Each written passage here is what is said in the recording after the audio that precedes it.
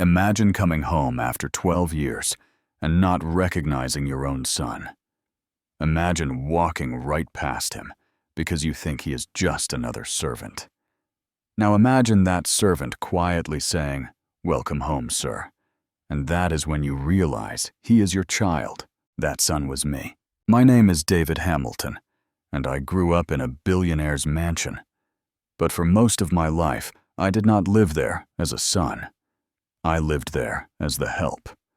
I scrubbed the floors, washed the bathroom, served food at the table, and slept in a bare room down the hall from people who had once tucked me into bed. If it were you, what would you have done? Break or bend until you became someone new. Let me take you back to the beginning, before the uniform, before the scrub brush, back to when people said I was lucky. My dad, Marcus Hamilton, was the type of man business magazines loved to put on the cover. He started with nothing.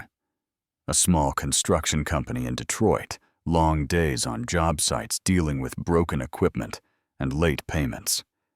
Then he expanded into real estate technology international trade. By the time I was 7, he owned properties in 14 countries and employed more than 3,000 people. To the outside world, he was that self-made billionaire you are supposed to admire. Sharp-driven, unstoppable. My mom, Catherine, came from a different world. Old money, country clubs, boarding schools, the kind of name that opens a door before you even knock. She was elegant and polished, always knowing exactly what to say in front of the right people. Her whole life revolved around status, reputation, the perfect image. Their marriage was not some love-at-first-sight story. It was more like a business deal with rings. He brought new money and raw ambition. She brought connections and a last name that made people relax around him. Together they were powerful. At galas, at fundraisers, at charity events, they were the Hamiltons, the couple everyone watched when they entered the room. And then there was me, the one who was supposed to tie it all together. From the moment I was born, everyone around me decided who I was going to be. The perfect heir, the future CEO, the polished, confident son who would take over the empire and make it even bigger. They had this picture in their heads of a boy who loved boardrooms, speeches, and winning. But the real me did not match the picture. I was quiet when they wanted loud, gentle when they wanted aggressive, curious about people instead of profits. While other rich kids compared tennis trophies and ski trips, I was more interested in things that did not impress anyone at my parents' dinner parties, like sitting at the tiny table in the staff room with Maria, our housekeeper, listening to her talk about her grandchildren, how she missed them, what she wished she could buy them for Christmas. Or following Robert the gardener around the grounds as he showed me how to plant tomatoes and explained slowly how anything worth growing takes time. Or standing in the kitchen with the cook, watching bread rise in the oven, amazed that simple ingredients could turn into something that made the whole house smell like comfort. That was my world, not the ballroom, the back rooms. My dad noticed, but it did not bother him much at first. He laughed and said I had a soft heart, that I would toughen up when I got older. He assumed that one day something in me would click and I would turn into a mini version of him, ready to talk deals and investments instead of recipes and gardening. My mom did not laugh. To her, my kindness was not cute. It was a threat. At those fancy dinner parties, when other parents bragged about their kids getting into exclusive academies or winning debate championships, someone would eventually ask, "And what about David?" And my mother would force this tight smile and say, "Oh, he spends a lot of time volunteering at the food bank," or "He enjoys talking to the staff. He is very friendly." The way she said friendly sounded like an illness. You know that feeling when you can tell someone is ashamed of you, even if they never say it out loud, yeah, that. Meanwhile, my father was more and more like a guest star in my life. When he was home, he was physically in the house, but mentally, still in some conference room on another continent. I remember waiting by my bedroom window at night, pressing my face against the glass, watching the driveway for his car. I would rehearse little stories in my head about my day, hoping this time he would sit and really listen. Most nights he did not make it home before I fell asleep. On the rare nights we had dinner together, it was me, him, and his phone. He would scroll through emails between bites, answer messages while I tried to tell him about something that happened at school. Halfway through my sentence, he would say, "Hold on, buddy, this is important." And I would sit there staring at my plate while he handled important things. Eventually, I learned to stop fighting for his attention. I stopped saving up stories. I found them a different audience. Maria in the laundry room, Robert in the garden, the cook in the kitchen. They did not have millions, but they had time. Slowly, the people my mother barely looked at became my real family. Then everything shifted. I remember the day my father told us he was moving to Singapore. I was 8. It was a Tuesday late afternoon. The sky outside his office window was this flat gray. He sat me down across from his big glass desk, like I was one of his business partners, and explained that he had a huge opportunity in Southeast Asia. Resorts, commercial projects, international deals, all the magic words that meant more wealth. "It will only be 6 months," he said, "maybe a year. I am doing this for us, for your future, for you." I nodded like I understood. Inside, my chest felt tight. I wanted to cry, but I did not. I had already learned that tears felt like failure in front of him. So I swallowed them, said, "Okay, Dad," and tried to act older than I was. He left the next morning. 6 months turned into a year. A year turned into 2. Phone calls became quick check-ins he squeezed between meetings. Video calls were rushed, constantly interrupted by someone knocking on his door or a phone buzzing on his desk. "I will come home soon, I promise," he kept saying. "We will make up for lost time." Soon never came. With my father gone, my mother stepped into even more power. She took over parts of the business at home, ran events, made decisions, and the more control she had, the sharper her edges got.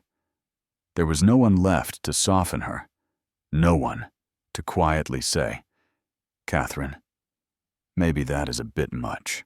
By the time I was 10, I had stopped asking when my dad would come back. I stopped trying to twist myself into the son my mother wanted. Instead, I leaned even deeper into the things that made sense to me. I started a little project collecting old clothes and toys from neighbors, then quietly taking them to families who needed them more. I spent my allowance buying groceries for elderly people who clearly needed help. When my mother hosted these big charity galas where rich people wrote checks and took photos, I sneaked into the back and hung out with the catering staff, learning their names, their stories, their jokes.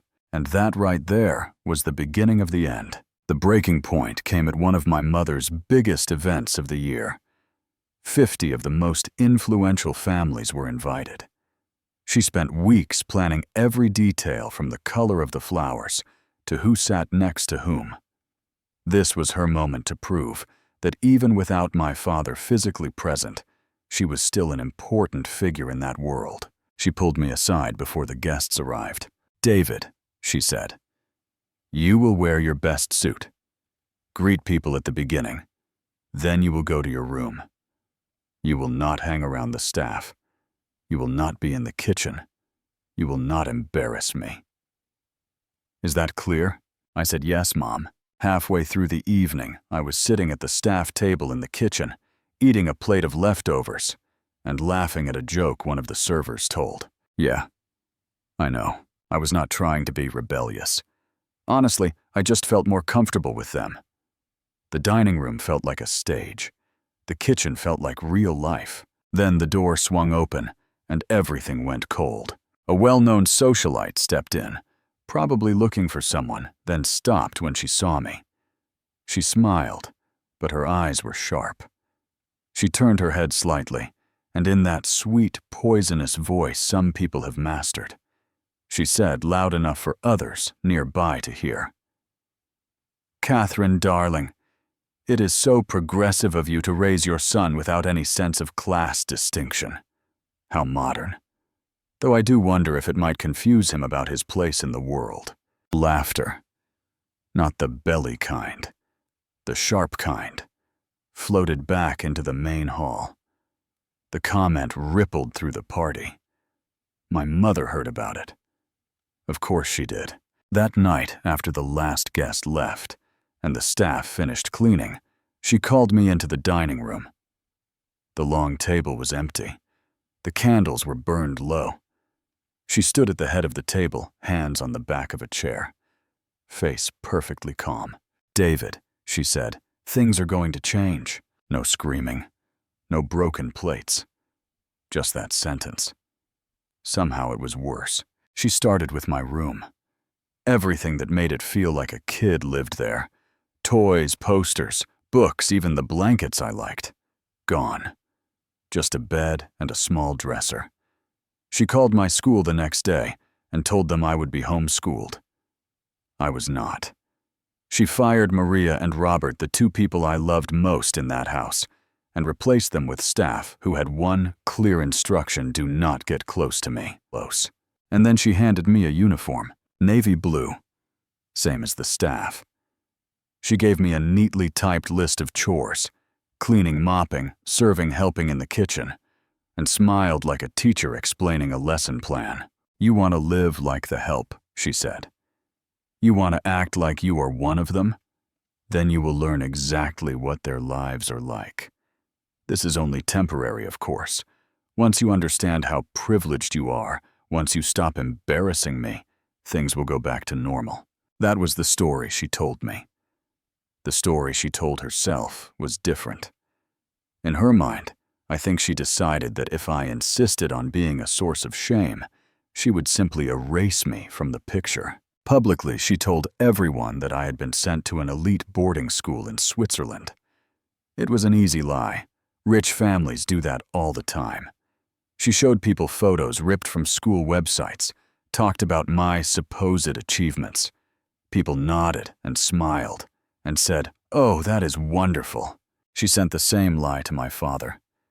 Emails with fake updates attached photos of kids who were not me, stories about my grades and progress. He read them in hotel rooms and airport lounges and told himself his son was thriving. Meanwhile, the real me was waking up at 5:30 in the morning to scrub toilets. My life shrank down to a routine. Before dawn, I was already working, cleaning bathrooms, mopping endless hallways, helping prep breakfast, then serving it standing by the wall while my mother and her guests ate. I learned the right way to make a bed so tight you could bounce a coin off it. I learned how to polish silver until it gleamed. I learned how to move so quietly that I could be in a room without anyone noticing I was there. The new head of household, Mrs. Pierce, made sure there was no confusion about my place. She was older, stern, and very proud of how disciplined she was. She had been hired specifically because she did not believe in going easy on privileged children. To her, I was not a son secretly being punished. I was a lazy boy who needed to be taught his place. If I made a mistake, she docked the tiny allowance my mother allowed me, or added extra chores. If I complained, she reminded me that there were kids out there who would be grateful to have a roof and 3 meals a day. One time, when I tried to tell her I was actually Catherine Hamilton's son, she laughed. "If you were really her son," she said, "do you think you would be wearing that uniform and scrubbing these floors while she has champagne with her friends? Use your head, boy." That twisted logic dug into me. Some staff felt uncomfortable, you could see it in their eyes, but they kept their mouths shut. They had families depending on their paychecks. Others just went along with it. It was easier that way. Birthdays came and went. 11, 12, 13. No cake, no gifts, no phone call from my father. My mother walked past me every day, looking through me instead of at me. On the walls, new family photos appeared.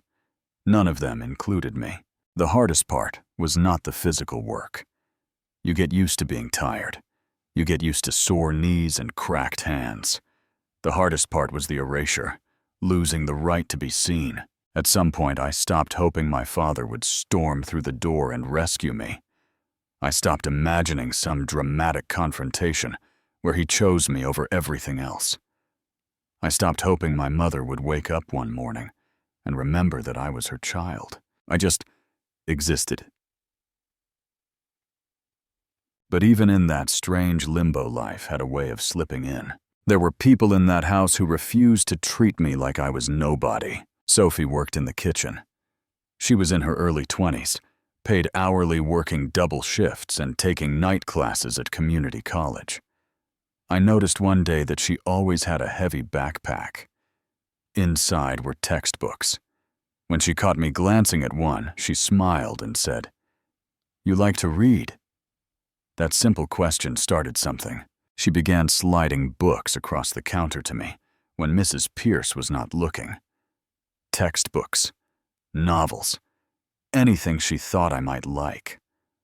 When she saw how fast I read, she started explaining her assignments to me, and sometimes we worked through chapters together while something simmered on the stove. Then there was James. He was in charge of maintaining the grounds. He moved a little slowly, favoring one leg. One afternoon, I saw a worn-out book tucked under his arm and asked about it. Turned out he used to be a teacher before an accident made it hard for him to stand all day in a classroom. He could not find work in education anymore, so he took the job at our house.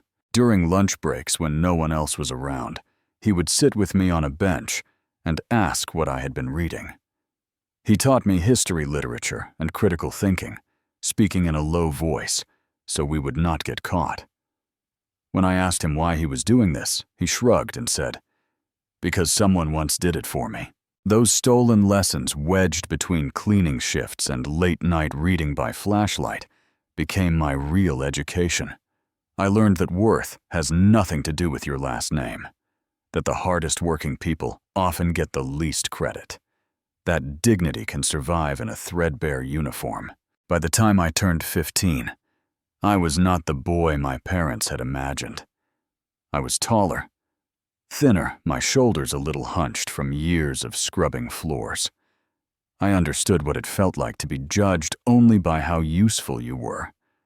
I understood what it meant to be invisible, and I made myself a quiet promise. If I ever found a way out, I would never become like my mother, sacrificing people for appearances, and I would never become like my father, so focused on building an empire that he forgot to show up for the people he claimed he loved. Then, for a way in for Singapore, my father's world caught fire. One morning, he got a call. His business partner had been arrested for fraud and embezzlement. Deals they had made, properties they had acquired, contracts they had signed, suddenly under investigation.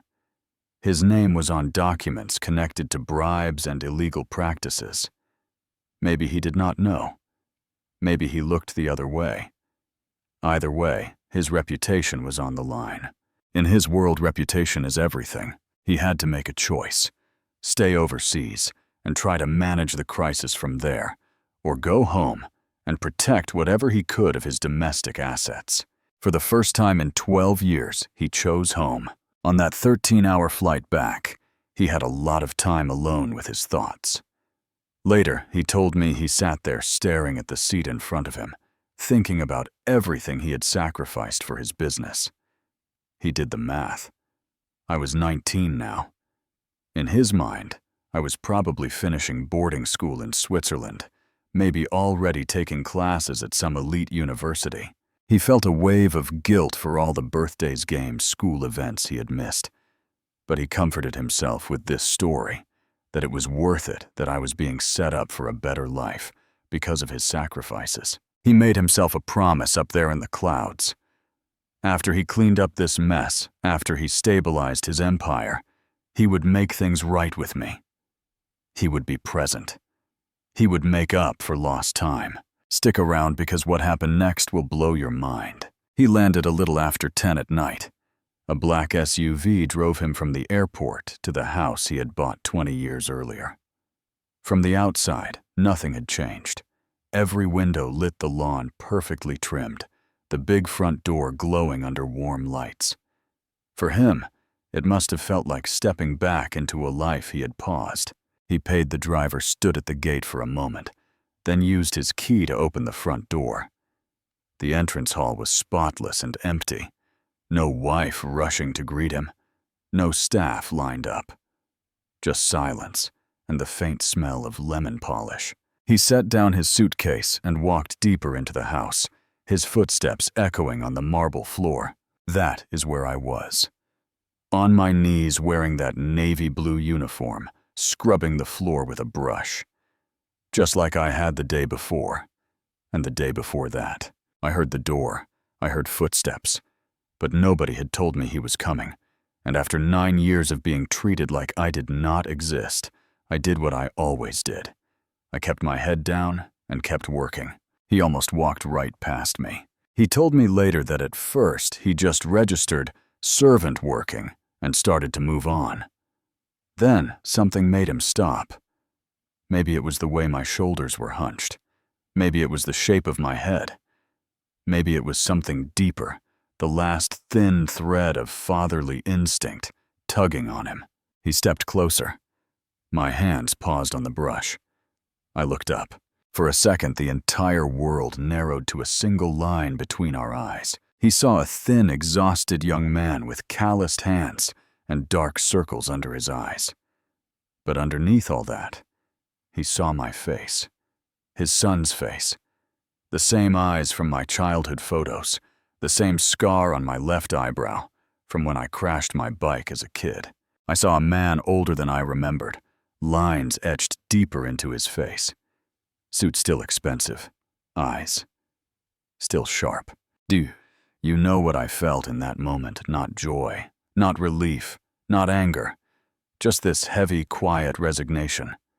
Like some part of me had given up on this happening so long ago that I did not know what to do with it now that it was real.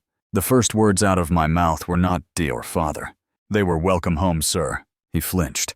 Just a tiny movement, but I saw it. Before either of us could say anything else, my mother appeared at the end of the hallway. She must have heard voices. When she saw us standing there, her husband just arrived, staring at the servant he finally realized was his son. The color drained from her face. For the first time in a very long time, I saw something crack in her. My father turned toward her. His voice was low, but there was steel in it. What happened to our son, Catherine? He could have exploded. He could have shouted. Somehow the quiet was worse. She tried to control the narrative like she always did. She said I had embarrassed her, that I refused to understand class boundaries, that I insisted on identifying with the help instead of the people I was supposed to belong with. She said the uniform and the chores had started as a lesson about humility and gratitude, and things just went on. She talked about protecting the family name, about appearances, about how hard it was to maintain respect in their world. She reminded him over and over that I had never complained, as if my silence meant my consent. Then came the lies she could not hide anymore. She admitted to telling people I was at boarding school. She admitted sending him fake photos and updates. She admitted erasing me from our public life because it was easier than facing the embarrassment of a son who did not fit her mold. My father listened. His jaw was clenched so tight I thought he might break a tooth. He did not interrupt. He did not comfort her. He just listened until she ran out of excuses. Then he turned back to me. I was still standing there, in my uniform, still holding the scrub brush like some frozen image he could not quite process. "Stand up," he said. I pushed myself to my feet. I was almost eye level with him now, taller than when he left, but thinner in a way that said my body had never quite had enough. He looked me up and down, taking in the calluses, the hollow cheeks, the tired eyes.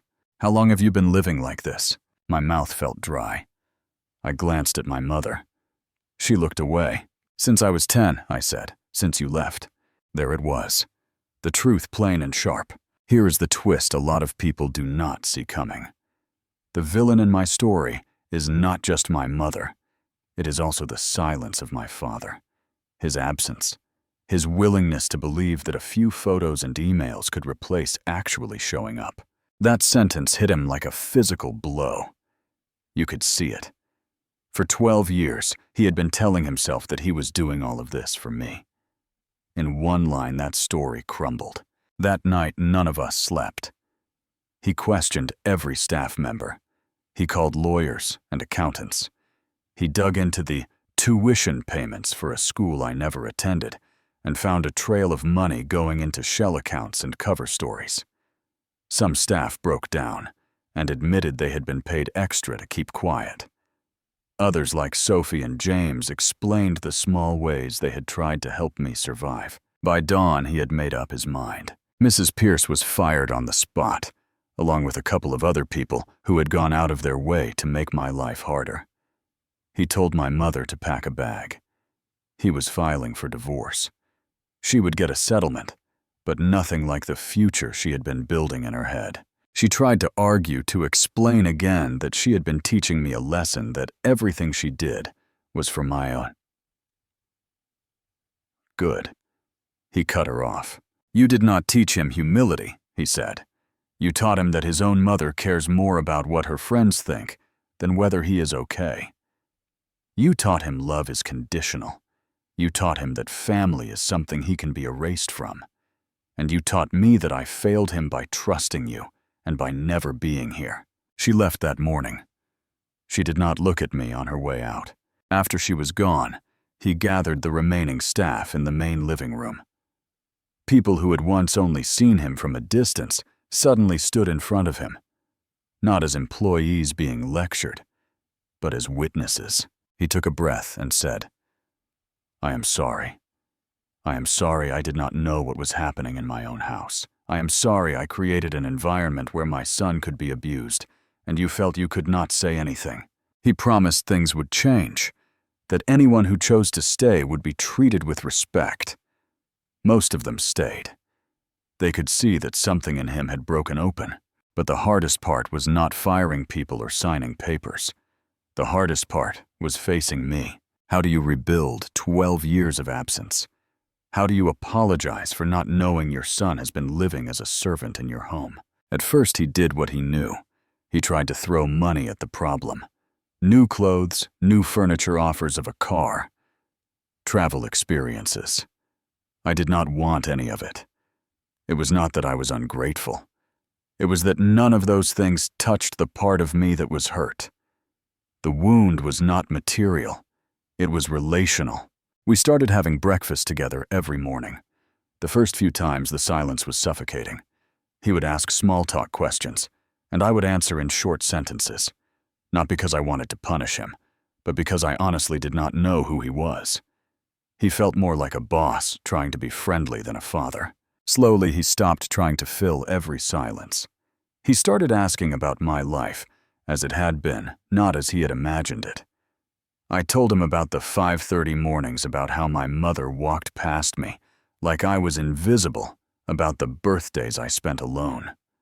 I told him about Sophie and James, about the books I read by flashlight, about how for years the only people who said my name with kindness were on the payroll. He listened. Sometimes his eyes filled with tears. Sometimes he put his face in his hands. But he did not defend himself. He did not try to justify. He just took it. Then came the night in the library, when everything took a sharp turn. I was curled up in my usual chair reading. He came in and sat across from me. No phone, no laptop, just him, and the sound of the old clock on the wall. David, he said, I need to say something I should have said a long time ago. I am sorry. I am sorry I left. I am sorry I did not check in the way I should have. I am sorry I believed every easy story your mother told me, because it was more comfortable than asking hard questions. I am sorry I built an empire while you were suffering down the hallway from your own mother. I let the words settle. Then I asked, "Did you come back because of me?" He went very still. That was the moment he could have changed the entire story. He could have lied, made himself. The hero said yes. Of course he came back for his son. He did not. "No," he said quietly. "I came back because my business collapsed. I came back because my partner got arrested, and the deals fell apart. I came back to save what I could. If things had gone the way I planned, if the scandal had never happened, I would probably still be overseas, and you would probably still be scrubbing my floors, and I would not know." That truth hit harder than anything else he had said. But at the same time, it did something strange. It broke this illusion that he was some savior who had swooped in to rescue me. It put us on ground that was painful, but honest. "At least you are telling me the truth now," I said. That is more than she ever did. From that night on, we stopped pretending. He stopped trying to fix it overnight. He started showing up quietly, consistently. Breakfast, walks around the property, long conversations where he asked what I thought, not just what he thought I should think, and he started to see something he had never noticed before, the way I understood the people around us. I could tell when the staff were exhausted, when someone was struggling at home, when a small kindness would make a big difference. I knew who could take on more responsibility and who needed support. I had spent 9 years invisible among them, but that also meant I had a front row seat to their lives. One day, we were talking about changing the schedules so people would not be working such long shifts. He laid out this complicated system he had come up with, and I said, "That is not going to work the way you think it will," then explained why. He listened. He adjusted. It worked better. That kept happening. He would propose something. I would tell him how it would feel on the ground. He would listen. Slowly, he started asking for my opinion first. Then, about 6 months after he came home, he invited me and a couple of his remaining advisors into his study. "I have lost a lot," he said. "The overseas operations are mostly gone. I could spend the next decade trying to rebuild what I had. Or I could accept that maybe what I had was never what I should have been building." He looked around the room at the house at me. "I want to turn this place into a foundation, a place for kids who have been through what you have been through, or worse. Foster kids aging out of the system, kids with parents in prison, teenagers working 2 jobs just to stay in school. People who are invisible in their own homes, their own neighborhoods, their own cities. I want this house to stop being a monument to my ego and start being a place where people get a second chance." For a second, I could not breathe. The same walls that had watched me scrub floors, eat alone, disappear. He wanted to fill with people being seen. "I think that is the best idea you have ever had," I said, and this time I meant it. We got to work. We turned empty guest rooms into dorms. We took the East Wing and converted it into living quarters, with simple clean rooms, desks, lamps, more than I had when I lived there, as a lesson.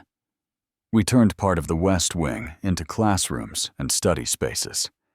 The ballroom became a multi-use room for workshops, group meetings, celebrations. We reached out to local colleges, social workers, nonprofits. We hired counselors who understood trauma not just from textbooks, but from experience. We built job training programs that taught people how to actually navigate the world, how to build a resume, how to handle interviews, how to manage money, how to set boundaries. And slowly kids started coming. A 16-year-old girl who had been living in her car. A 19-year-old guy who had aged out of foster care with a trash bag full of clothes and no support. A young man whose father was in prison and whose mother worked 3 jobs. They came with their own scars, their own stories of being unseen. When they found out who I was, some of them looked at me like I could not possibly understand. Then I told them about scrubbing these same floors in a uniform with my name on it, while my mother pretended I did not exist. I told them about eating alone on my birthday, about reading by flashlight in a bare room.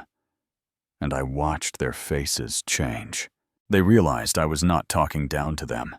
I was standing with them. We brought Sophie back as our education coordinator.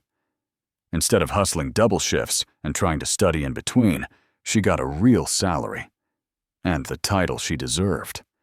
She used her own story to guide other students through financial aid forms, class registration, the confusing world of higher education. We brought James back as a teacher. He taught small classes in one of the converted rooms, his cane resting by the desk, his voice steady as he talked about history, about literature, about how to think for yourself, even when the world wants to do it for you. Word spread. Some people praised us. Some rolled their eyes and called it a PR stunt. The disgraced billionaire and his abused son turning the family mansion into a redemption project. Do you think that is fair? To assume that any good thing a guilty person does is fake by default. Honestly, I did not care what they said, because I was not doing this for them. I was doing it for the girl who cried the first time she had a door she could lock at night. For the boy who had never had anyone ask him, "What do you want your life to look like?"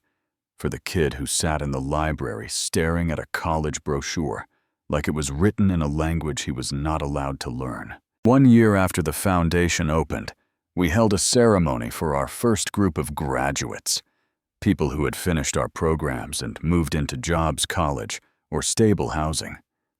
We decorated the main hall with simple banners, nothing fancy. The same space where my mother once hosted her perfect dinners was now full of kids in thrift store shirts and wide smiles.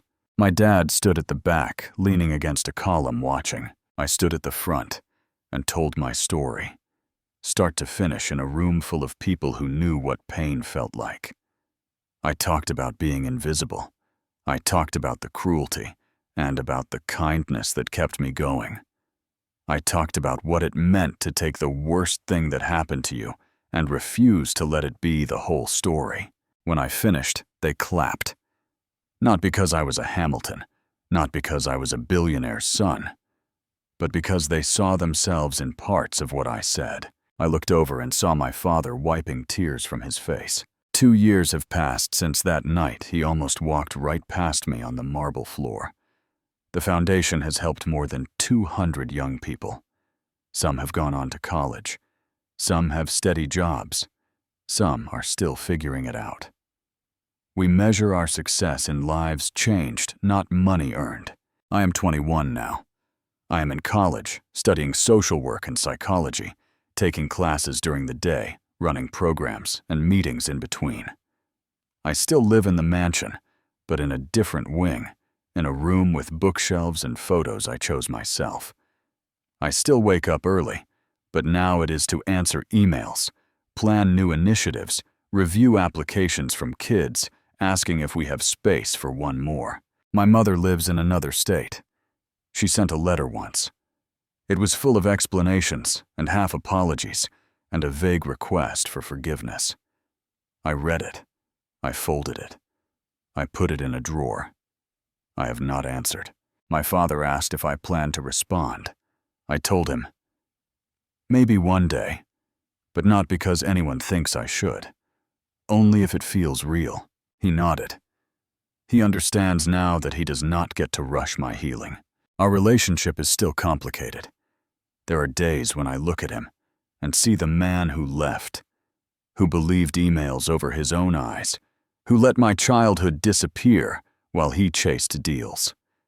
There are other days when I see the man who came home faced the truth, burned his old life down, and built something better in its place. We are learning how to hold both of those truths at the same time. On the 2-year anniversary of his return, we stood in that same entrance hall again. The marble floor was still shiny, but now it echoed with the footsteps of young people heading to class, to therapy, to job interviews. We watched a group walk by, laughing about something, and my dad said, "If you had told me years ago that this is what this house would be used for, I would have said you were crazy." I took a breath. "Someone asked me yesterday if I have forgiven you," I said. He went quiet. "What did you say?" "I told them I am working on it," I said. "I told them forgiveness is not a switch you flip. It is a choice you make over and over again. Some days I look at you and I see the father who left me here. Other days, I see the father who came back, who believed me, who walked away from wealth to build something meaningful. Both of those things are true." He nodded. "That is fair," he said. "More than fair." I looked at him and added, "But I also told them this, that I am glad you came home. I am glad we are doing this together. I am glad I got the chance to know you, even if it came way later than it should have." He pulled me into a hug. This time I did not freeze. I did not feel like a servant being patted on the head. I felt like his son. "So now I want to ask you, if it were could you forgive a parent who allowed your childhood to be stolen in plain sight? Could you forgive a father who only came home because his business went down, not because he suddenly realized you were missing? Do you think what we have built now makes up for what was lost? Or are some debts too big to ever be balanced? And what about the bigger picture? How many kids are out there right now, in big houses and small apartments, being erased in quieter ways, ignored, dismissed, treated like accessories to someone else's image? How many parents are telling themselves, "I am doing this for my family," while their family is starving for attention, not money? We talk a lot about success, promotions, houses, cars, followers, but we don't talk enough about presence, about what it means to actually show up for the people who share our last name. You know what I mean? My story is not a neat fairy tale. There is no perfect ending, no magical moment where all the pain disappears. There is healing. There is work. There are good days and bad days. There is a foundation full of kids trying to build something better from their own broken pieces. The most shocking part is not that my mother could be that cruel, or that my father could be that absent. People fail each other in terrible ways all the time. The real shock is that from all of that, something good could still grow. That a house that once felt like my prison now feels like a place where people get a second chance. So if this story made you feel something, anger, sadness, hope, all of the above, I want you to tell me about it. Do you believe people can really change if someone fails you on that level? Do they deserve a second chance? Would you have done what I did, or would you have walked away and never looked back? Let me know in the comments. Tell me where you are watching from. Tell me your story if you feel safe sharing it. A parent who was never there. A family member who chose image over love. A moment you decided to turn your pain into something useful instead of letting it eat you alive. And if you stayed with me all the way to the end, if you listened to every part of this story, then you already understand what I learned the hard way. The most powerful stories are not about perfect people. They are about real people making messy choices, failing, trying again, and sometimes choosing against all odds to do better. If you want more stories that make you think, that make you feel, that make you question what really matters, go ahead and like this video, hit subscribe, and share it with someone who might need to hear it today. Because somewhere out there, there is another kid who feels invisible right now. And maybe hearing this will remind them that invisibility is not the end of their story.